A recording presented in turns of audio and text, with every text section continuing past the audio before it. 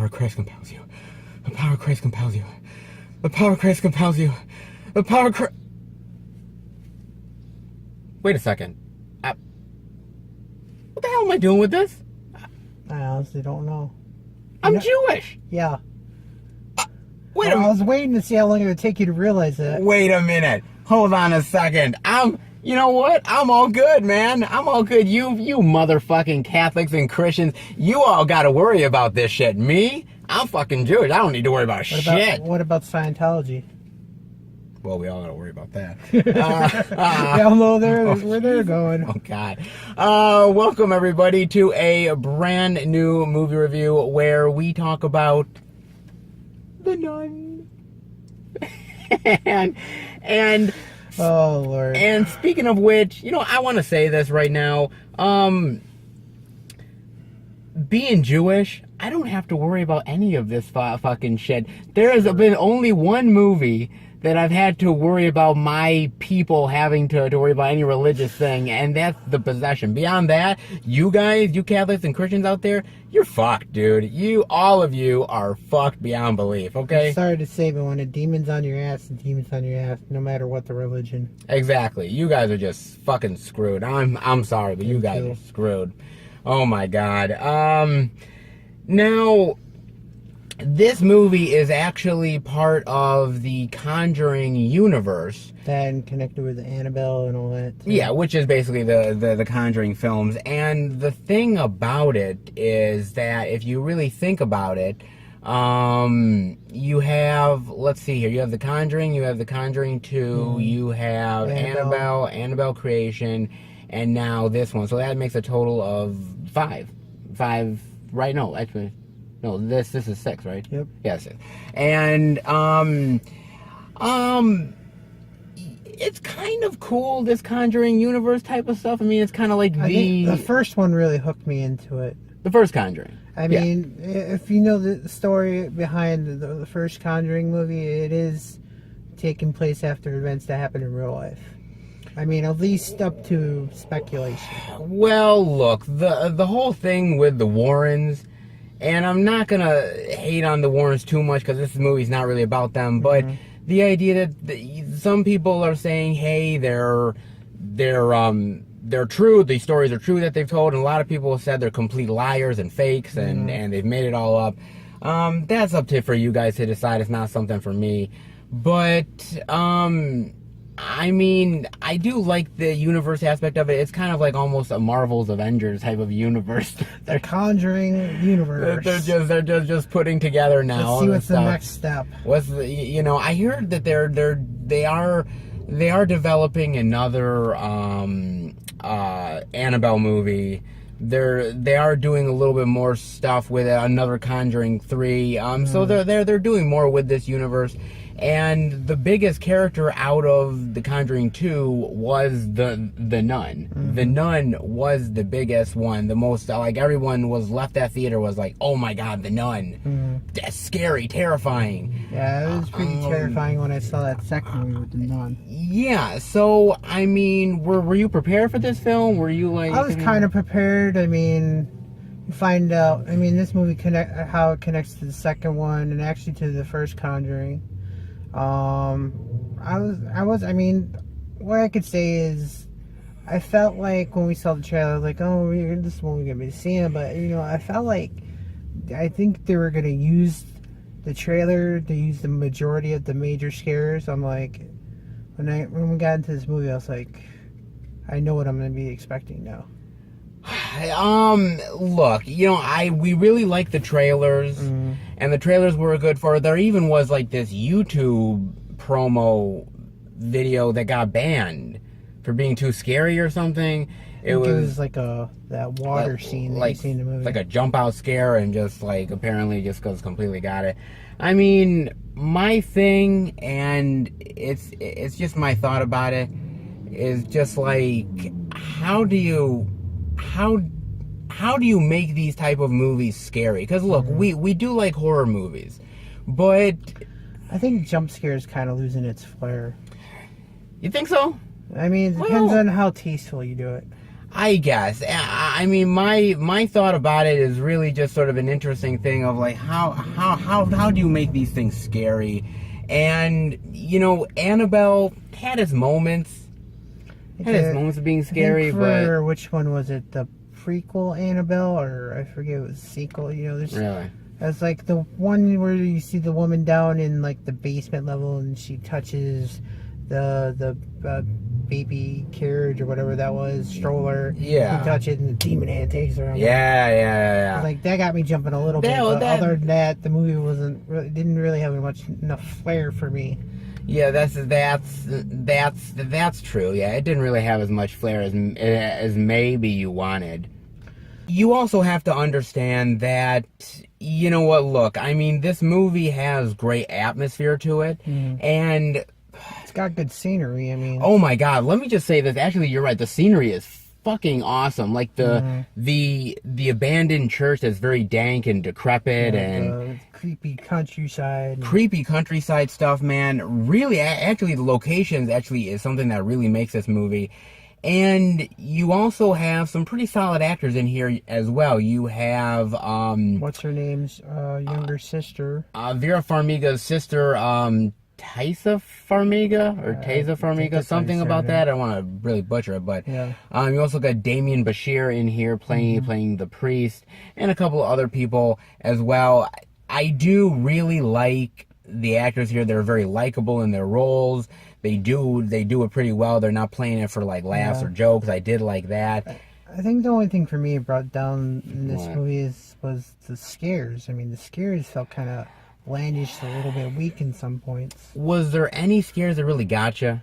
Probably the only one from the trailer. I mean, I think they wasted that scare, because once they showed it in trailers, like when you get to that scene, it's like you already know what's coming. You know it's coming. There actually was a couple scares that actually did get me. I was actually like, I didn't expect them, and I don't know. I mean, for me personally, I think the problem that I have with movies like this is that when you show the villain or the entity too much, the ghost, it loses a little bit of its effectiveness. You know what I mean? I don't want to say that the nun character is not effective, because she's really effective. Yeah. I mean, she's scary looking, and it really sort of just the look of it just really gets you. It's creepy, but when you show too much, again... They should have did it like they did in the first Conjuring. Like little bits, tiny bits, then let it build. Tiny bits here and there, you let it build and build and build more, and then it's sort of like you sort of get more and more out of it, and at the end there's this big like whole thing.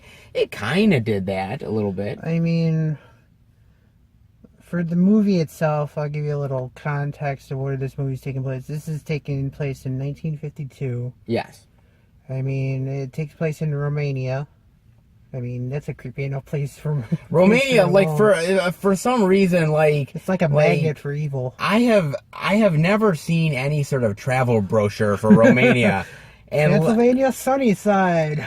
Like that movie Transylvania 5000. I'll go there. I'll enjoy it. I've never seen one bit. You know what they should do when you enter a place like that? What? Here's a life insurance policy. If you make it through this many days, like I actually want to go to a travel agent right now and be like, hey, you got any places to book for Romania? I mean, let's go. I mean, I feel like, you serious? That's not really a major travel tourist area.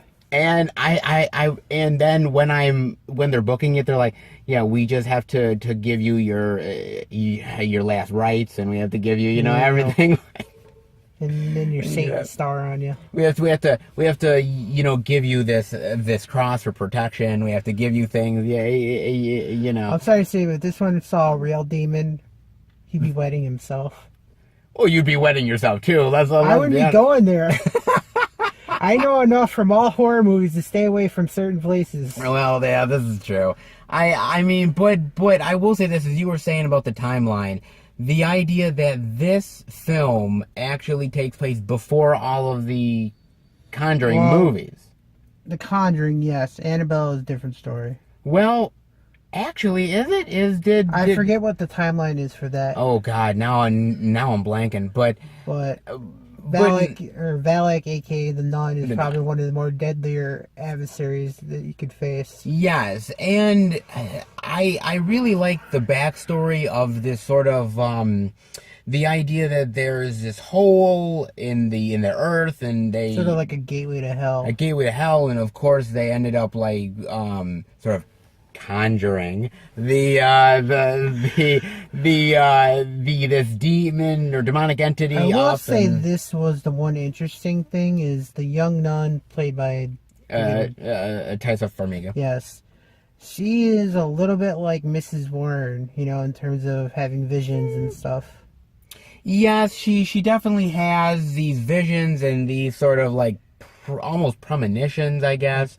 Prophecy type things. Yeah, prophecy type things, and she can sort of maybe see slightly into, I don't want to say the future, but I mean she has images of stuff that potentially could happen. And I like that idea. I like the setup of the idea of going to this place and finding out what really happened. But here's really the thing about it, man, is that there's a lot of these creepy things that happen in the movie, and a lot of these characters don't even bat a fucking eye. It's not like nearly like 70% of the film is like, oh, we got this great evil we have to stop. It's like, damn, it's like that, like this. Then there's some stuff I'm surprised they weren't questioning. There's like a scene where they're talking to a nun dressed all up in like pitch black. You can't even see the face. Not like the usual stuff that you see. I mean, like they got like a veil or something over their face. I'm like, yeah, you can't even see, man. I'm like, this person's not even moving. You figure there's something creepy about that. And they're just like, well, thank you for the accommodations and the lodging, and we appreciate it. And like my thing was like, well, can I see your face? Can I shake your hand? Like what? Like apparently. I mean, I will say this. Like we said, the scenery is great. The castle alone, I mean, they had to make this look as medieval as the monastery, whatever you want to call it. Yeah. I'm like, they have. I mean, mind you, this is 1950s, so they don't have the technical updates that we do now. No, that's true. I mean, they had like old school. A room that's like a giant freezer, basically. Yes. I'm like, I wonder how they kept that thing cold. Yeah, Jesus Christ. Like I said, the castle, everything like that is good. I like I said, the actors in it, I think they did do good for what they have.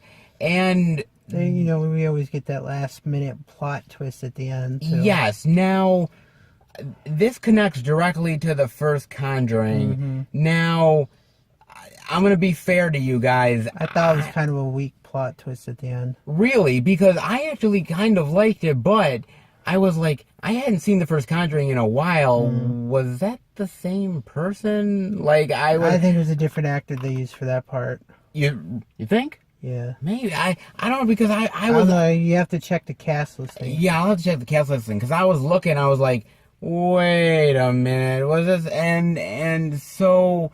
I was a little like, okay, that's kind of clever, but I'm kind of curious though, and they don't really answer the question in here, guys, which is the big question is, how did Valak really get in the painting?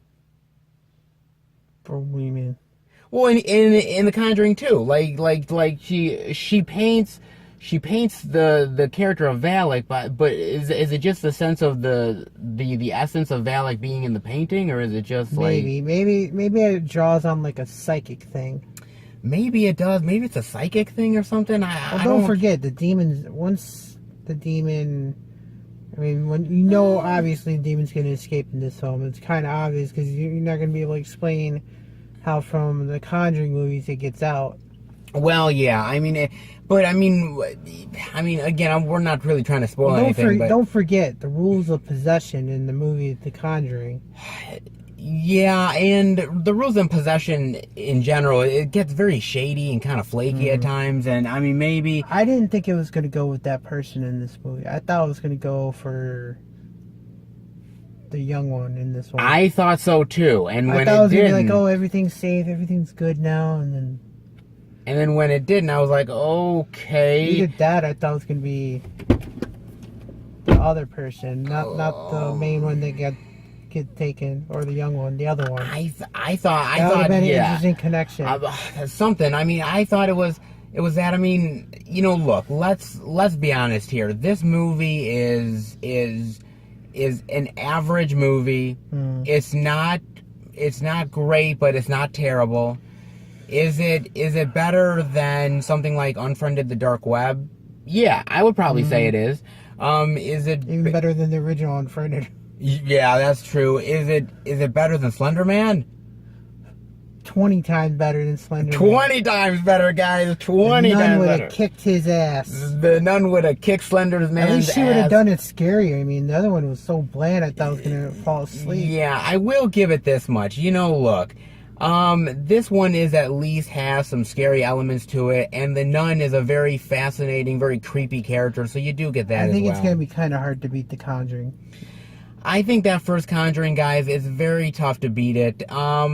I will also say this. I think that, see, I didn't really care for the first Annabelle. I think Annabelle Creation is a little bit better of a movie. If we're ranking them, if I had to rank them, I would probably put The Conjuring, I'd probably put The Nun, I'd put Annabelle Creation, I'd put Conjuring 2, and then I'd put the first Annabelle. That's where I'd kind of go with it. I don't know what you would pick. I don't know where your thing. Almost the same. I mean, like I said, this movie is probably about somewhere deadness set in the middle. Yeah, it's dead set. I mean, the first Conjuring just blew me away. Then the second one was okay. I mean, it wasn't as great as the first one, but at least you get stuff with the demon. You get stuff with the demon, which is still good at times. I mean, considering they're making more movies, I mean, they're making more movies. And look, The Nun's going to be successful. It's going to make money. And I will say this also, the movie is directed by Corin Hardy. Corin Hardy directed The Hallow. I ended up watching The Hallow. Very interesting, weird type of movie about these creatures in the woods. I kind of liked it. It was really interesting. The one where like the daughter gets somewhat turned into one or something. Yes. I was wondering why that name sounds so familiar. I saw that. That was okay. I mean, it's not bad actually. It's not. It's ironic considering that was the little girl that played in Pan's Labyrinth. What? Yeah, that was her. Damn. Okay. She grew up. The more you know. Jeez. Okay. But I will say this much though. I think I think he does a good job with this movie. I think he got the fact that it needed to be a little creepy and it needed to be a little bit scariness, and it pulls some of it off. I will say the one thing I don't like about these type of scary movies, and they do it a lot more now in these modern day ones, is the fact of, yes, you have the jump scares, and that's something I don't always love, but they always have to have that loud music right when the jump scare happens. And sometimes you really don't need that. Just creepiness, effectiveness. Like there's one moment in this movie where the priest looks up to a window and there's another, it looks like the nun's in the window passing by. Like that corner of the eye type stuff. Yeah, that creepy corner of the eye stuff that you're kind of like, wait a minute, I think I saw what I did, but I'm not quite sure. That kind of stuff is really effective. So overall, I think the movie has its good moments to it. It's just a little bit kind of lacking in certain areas. Yeah. So, in general, what's your final thoughts on The Nun here?